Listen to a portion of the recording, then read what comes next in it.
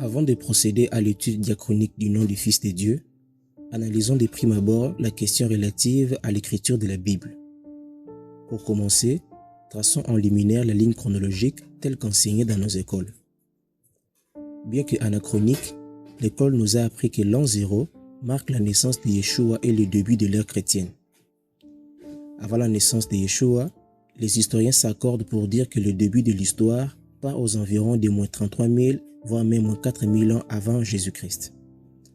Ce qui veut dire, avant la naissance biologique de Jésus-Christ, donc avant l'an 0, on compte de manière décroissante les années, en commençant par moins 1 jusqu'aux environs moins 4 000 ans.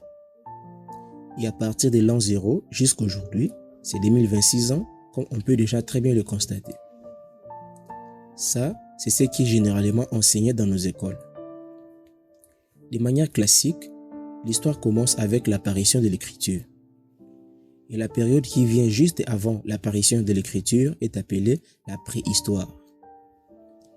En parlant de l'apparition de l'écriture, les plus anciennes écritures découvertes sont les écritures égyptiennes et sumériennes. L'écriture hiéroglyphique et sumérienne sont apparues à peu près simultanément vers moins 33 000 en Égypte et en Mésopotamie.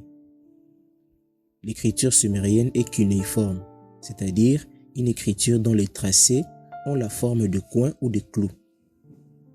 Par contre, l'écriture hiéroglyphique est composée de pictogrammes, autrement appelés pictographes.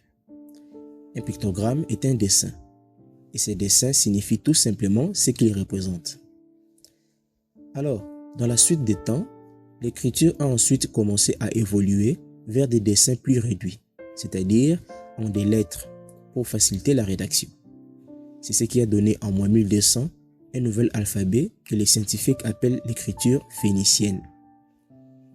En effet, l'écriture phénicienne est un alphabet sémitique non pictographique, c'est-à-dire elle est composée de lettres qui émanent tout simplement de l'évolution de l'écriture hiéroglyphique. L'alphabet phénicien est le premier alphabet phonétiquement complet de l'histoire de l'humanité. Cet alphabet est à l'origine de la plupart des autres alphabets, entre autres le paléo-hébreu, l'araméen, le grec, le latin, l'arabe et j'en passe. Avant de continuer notre exposé, revenons un tout petit peu en arrière. Il est important de noter qu'entre l'écriture hiéroglyphique et phénicienne, il y a une étape intermédiaire d'évolution. Cette écriture intermédiaire fut élaborée entre moins 1900 à moins 1400 par des mineurs, les esclaves qui travaillaient pour les Égyptiens. Cette écriture est appelée les proto-sinaïtiques ou les proto-cananéens. Ce proto-sinaïtique est l'un des plus anciennes écritures connues. Il dérive de l'hiéroglyphe égyptien. Cette représentation chronologique des faits est liée à l'archéologie. Qui dit archéologie dit radiochronologie. La radiochronologie est une technique de datation qui n'est pas toujours fiable. Elle est apépriste puisqu'on n'a pas la machine à remonter le temps. Donc ces dates ne sont pas immuables, elles sont juste approximatives. Faites preuve de prudence. Alors, puisque cette première leçon est consacrée à l'écriture de la Bible, voyons ce que nous pouvons découvrir. D'abord, il est important de rappeler que dans la série d'enseignements « Comprendre l'historicité de la Bible », nous avons souligné que la Bible a été écrite en hébreu, en araméen et en grec pendant une période qui part de l'an 1800 à 434 pour le Tanakh et de l'an 0 jusqu'à l'an 70 de notre ère pour les évangiles et les testaments de Yeshua. La chronologie dont je vous ai fait part dans cette série d'enseignements est la chronologie biblique, c'est-à-dire celle que la Bible elle-même nous fournit. Si vous prenez cette chronologie et vous la comparez avec celle que les chronologistes nous donnent par rapport à la rédaction de la Bible, vous constaterez qu'elles sont en opposition. Elles s'opposent car la logique chronologique de la Bible est plutôt classique par rapport à celle que la science nous donne, puisque celle-ci se base sur la radiochronologie. Et puisque les données archéologiques ne concordent toujours pas au récit biblique, certains érudits ont malheureusement conclu que l'Exode n'était qu'un mythe. D'autres néanmoins s'accordent sur le fait que l'Exode aurait eu lieu vers 1440 avant Jésus-Christ. D'aucuns vont même jusqu'à dire qu'il aurait eu lieu au XIIe siècle avant Jésus-Christ, ce qui crée encore une profonde imbroglio.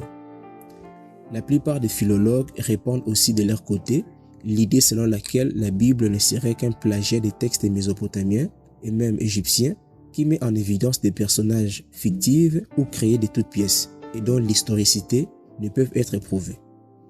Voilà pourquoi ils disent que Moïse, Josué, Salomon et j'en passe n'ont jamais existé. Mais ils veulent toutefois ignorer que c'est leur technique de datation ou leur méthode d'approche qui leur mettent à côté de la plaque. Aussi, ce n'est pas parce qu'on ne peut pas prouver la véracité d'un fait antérieur que ces faits seraient directement absurdes. Pour ceux qui ont déjà suivi des émissions abordant les questions relatives à l'archéologie, ils savent bien que la Bible est en tout temps remise en question. Scientifiquement, on peut comprendre, puisque la science se base sur des faits vérifiables et observables. Mais spirituellement, cela devient un danger pour ceux qui viennent à peine d'embrasser la foi chrétienne. Car, n'ayant pas assez d'informations, ils pourront facilement se laisser emporter par les désinformateurs antichristes. La Bible dit dans 1 Jean 5,19 que le monde entier est sous la puissance du malin. La puissance du malin, c'est le mensonge, ce qui implique le narratif des personnes sans Dieu, scientifiques soient-ils. Le diable est un menteur, et si le monde entier est sous son influence, imaginez ce qu'il peut faire de l'information.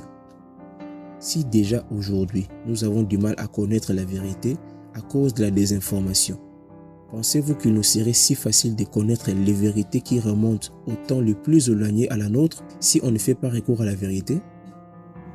Cette génération développe des théories qui nous éloignent de plus en plus de la vérité sous prétexte que c'est la science. Et ceux qui essayent de brandir la vérité sont de nos jours traités d'illuminés. Dommage. Alors, en superposant l'époque sur laquelle s'étend la rédaction de la Bible avec la chronologie que nous avons là sous nos yeux, les choses se réalignent tant soit peu à la vérité. À première vue, cette deuxième chronologie paraît superfétatoire. Mais si on veut plonger dans les coulisses de la rédaction, on se rend compte que l'écriture de la Bible remonte à une époque très éloignée qu'à celle que nous avons toujours connue par la science.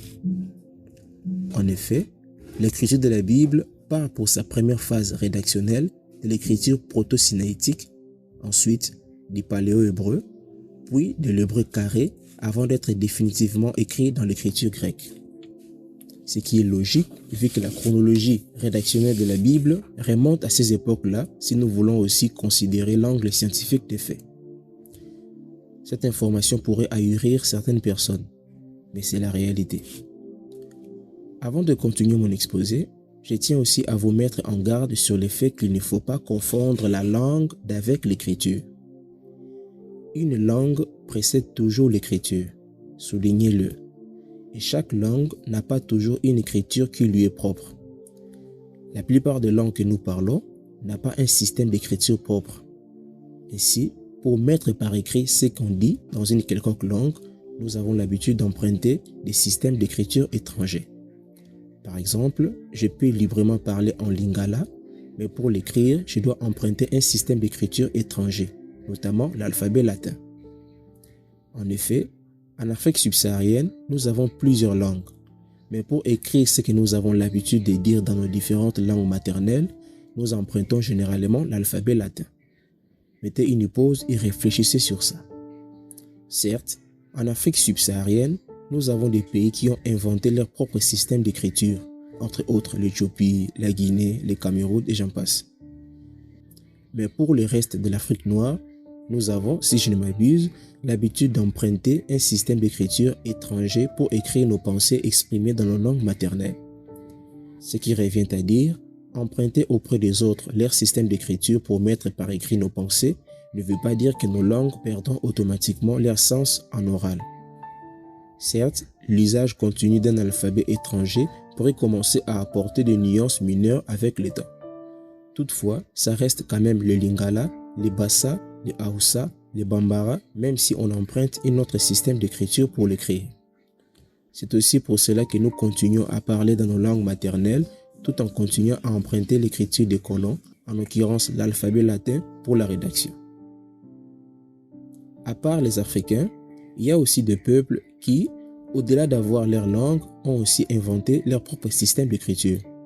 On a par exemple le chinois, le russe, le coréen, le japonais et j'en passe. D'où l'importance de la culture.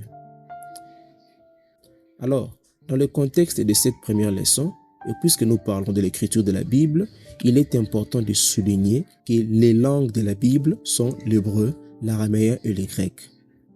Mais l'écriture de la Bible part pour sa première phase rédactionnelle d'un système d'écriture très ancien appelé les proto-sinaïtiques.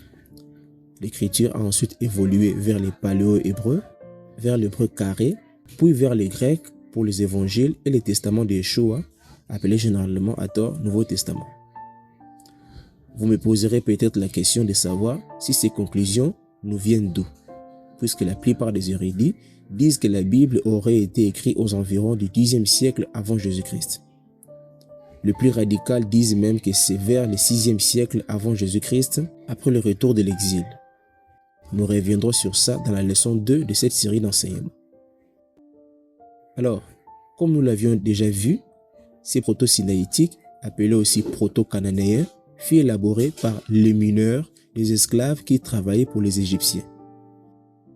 En analysant les faits, ces esclaves seraient vraisemblablement les Hébreux, fils de Jacob.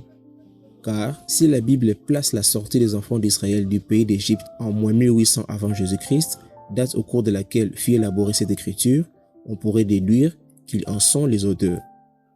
Ce qui paraît pour ma part logique. Mais une question vaut quand même la peine d'être traitée.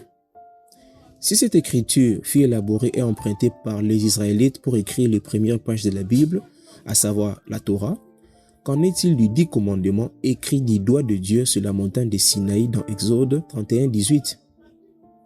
Parce que la Bible dit dans ces passages qu'après que l'Éternel eut achevé de parler à Moïse sur la montagne de Sinaï, il lui donna 2 tables du témoignage, tables de pierre, écrites de son propre doigt. Si tel est le cas, quel système d'écriture le Seigneur avait-il employé? Avait-il employé le proto-sinaïtique ou un autre système d'écriture? Et si c'était un autre système d'écriture, c'était laquelle? C'est ce que nous verrons avec vous dans la leçon 2 de cette série d'enseignements.